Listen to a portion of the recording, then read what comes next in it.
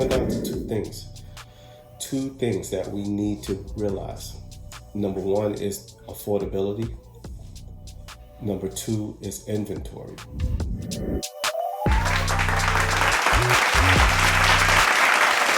It's Friday, TGIF.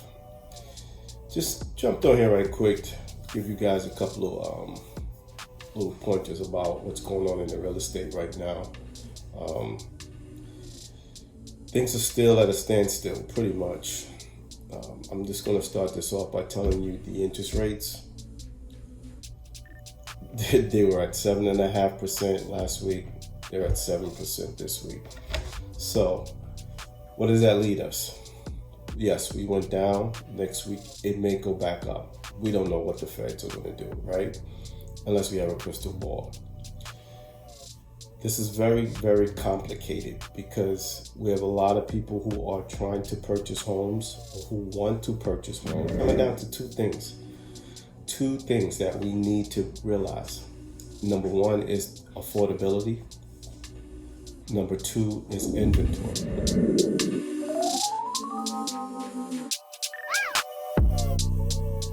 Now, when I say affordability, I'm talking about people being able to afford to buy homes.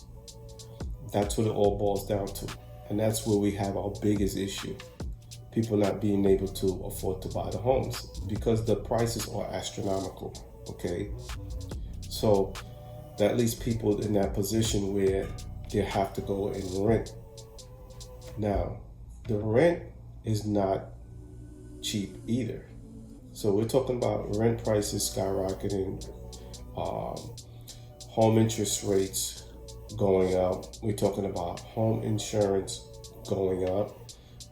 We're looking at 2 to 3 times what the home insurance was before COVID, and now we're talking about post-COVID. It hasn't gotten any better, and I wanted to think that it's because of the hurricane here in Florida that we just recently had, that things went up.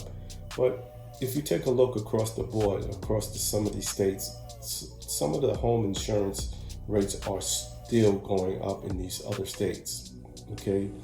So it's not like it's just one state that's taking the blunt hit of this.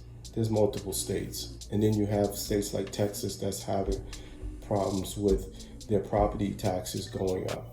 Okay, so you're getting smashed all across the board, okay, with the inflation of prices and rates that's going on today. You go in the store, you buy 2 items before you get to the counter. It's $100 before you even walk out of the store. And it's crazy how these prices are steady going up and up and up and up. But then you have people who are working, a regular 9-to-5 job, and they can't make ends meet as it is, but just try to put a mortgage on top of that, along with utilities and other things that they have, daily life situations that they have going on. This comes down to two things. Again, affordability and inventory. That's another thing. So let's talk about inventory. Inventory had went up last month about 1%. It's back down 1%. So inventory is a big factor in this also. You're going to see problems with inventory because sellers, owners of homes who were thinking about selling, is looking at the fact that the affordability is not there. People are not able to afford the homes, so they're not going to put their homes on the market for it to sit there. I'm seeing homes sit on markets for 60 days, 70 days. We're talking about even over 100 days. That just takes the appeal away from that home. The home will never leave the market if it's on there for 60, 70, 80, 100 days. Doesn't make sense, right? So what people are doing, they're scaling back and basically waiting to see what's going to happen. And we don't have a crystal ball, so we don't know what's going to happen. But just make the intelligent decision. Look at your finances and where you stand at, so that you know whether it's a right decision for you. There may not be the right time right now. This might not be the right time right now to purchase a home.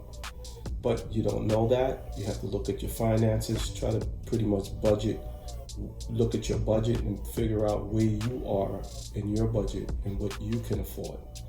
Okay, you have experts here like realtors, lenders, title companies, mortgage originators that you can have these talks and these conversations with.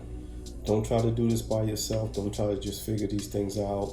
It's a complicated situation and nobody knows everything, all right? But again, you have people who are here to help you. So reach out to those folks. If it's just a consultation, just a question, figure things out with them. Try to figure out how your finances are going right now, how you can grow it so that you're able to purchase a home. Don't put yourself inside of a pool and start to drown.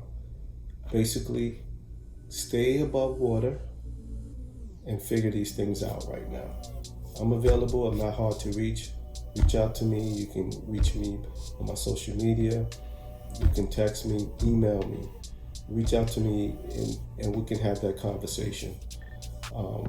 There's a lot of things and a lot of situations that you can take and a lot of roads, avenues that you can take. But you don't know that until you sit down with that person to have the conversation, okay?